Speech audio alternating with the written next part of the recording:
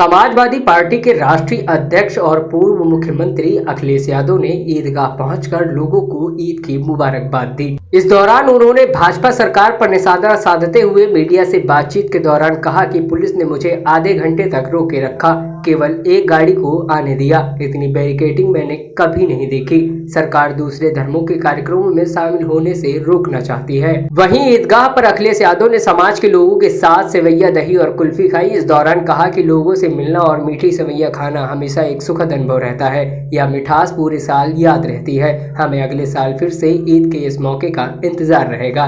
Media से बातचीत के दौरान सपा मुखिया ने कहा कि पुलिस ने मुझे यहाँ आने से रोका और बड़ी मुश्किल से मैं आ सका। जानबूझकर मुझे आधे घंटे तक रोका गया। इतनी बैरिकेडिंग मैंने पहले कभी नहीं देखी। पहली बार नेताजी मुझे यहाँ लेकर आए थे, तब से यहाँ लगातार आ रहा हूँ। मैंने पुलिसकर्मियों से रोके जाने का कारण पूछा तो कोई जवाब नहीं पाया।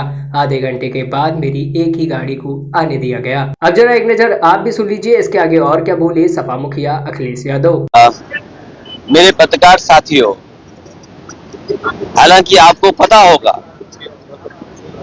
और इसमें से मैं देख रहा हूँ बहुत सारे सीनियर लोग भी हैं और बहुत वर्षों से आ रहे हैं यहाँ पर और यहीं पर कवर करने आते हैं, कवरेज करने आते हैं। आप इसी जगह पर मिलते हैं। कभी इतनी बैरिकेडिंग नहीं होती होगी। जब मैं आज आ रहा था तो जानबूझ करके पुलिस ने मुझे रोका। मैंने जानना चाहा कि भाई क्यों नहीं जाने दे रहे हो। पूरी बैरिकेडिंग लगा करके मुझे आधे घंटे जब बात की तब जाने दिया बड़ी मुश्किल से, और एक गाड़ी जाने दी। और जब जानना चाहा मैंने कि आखिरकार क्यों ऐसा किया जा रहा है, तो किसी अधिकारी के पास जवाब नहीं था। आखिरकार इसको मैं क्या मानूं, क्या समझूं?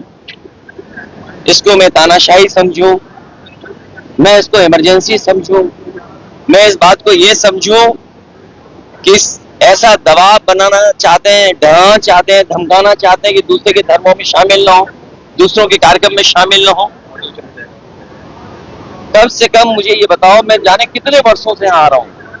मुझे याद है नेताजी मुझे पहली बार लेकर के आए थे। उस दिन से आज तक लगातार आ रहा हूँ, लेकिन ऐसी बैरिकेडिंग कभी नहीं देखी। और बैरिकेडिंग इसलिए की जा रही थी कि लोग त्योहार न मना पाए और जो अपनी धर्म की मान्यताएं हैं, धर्म की जो परंपराएं हैं, वो भी न मान पाए। तो सबसे बड़ा खतरा लोकतंत्र को है, संविधान को है। ये सरकार बड़ी जिम्मेदारी के साथ मैं कह सकता हूं, या मुझे नहीं कहना चाहिए, लेकिन फिर भी मैं कह रहा हूं कि ये देश भारतीय जनता पार्टी संविधान से नहीं चला रही। बिल लागू होने जा रहा है सर देश भर में।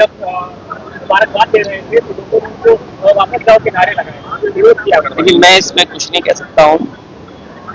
मैं यही कह सकता हूँ कि हमारा देश बहुत बड़ा देश है और यहाँ पर सदियों से हम मिलकर के रहते आए।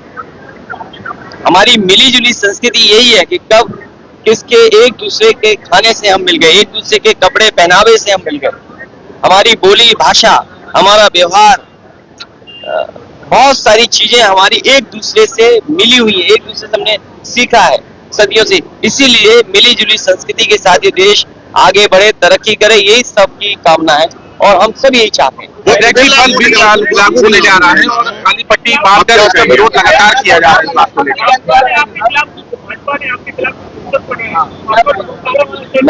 मैं तो भाजपा से कहूंगा, अगर गाय के सवाल पर हमसे बेहतर कौन जानता होगा।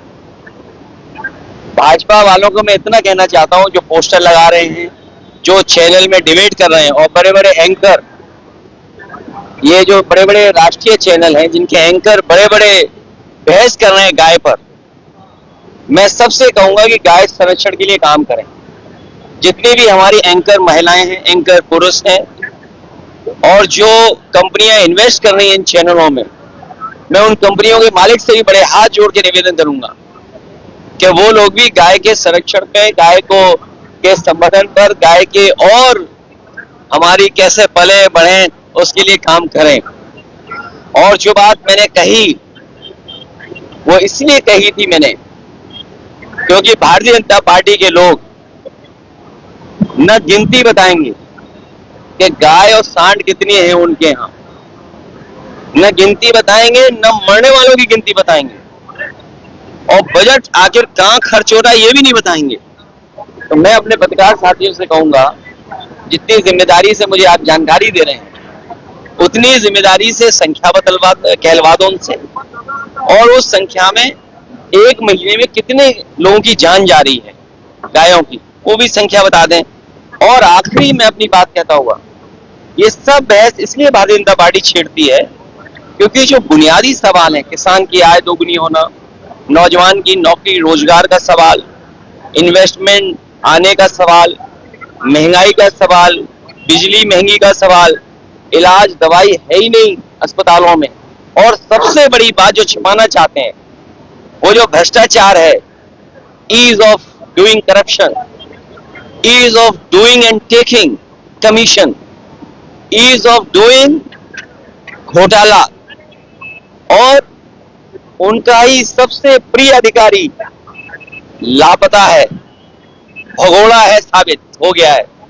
और मैं आपसे कह रहा हूं इतने चैनलों के सामने, मुझे किसी ने जानकारी दी है कि वो आईएएस अधिकारी मुख्यमंत्री आवास में छिपा हुआ है। बड़ी बात नहीं कह रहा हूं। कौन सा चैनल है आपका, बड़ा चैनल है छोटा चैनल है? क्या? ये चैनल का नाम नहीं सुना सर। वक्त बिल्कुल लेकर तकरार चल रही थी, आप ये नाम नहीं सुना सर। आप देश भर में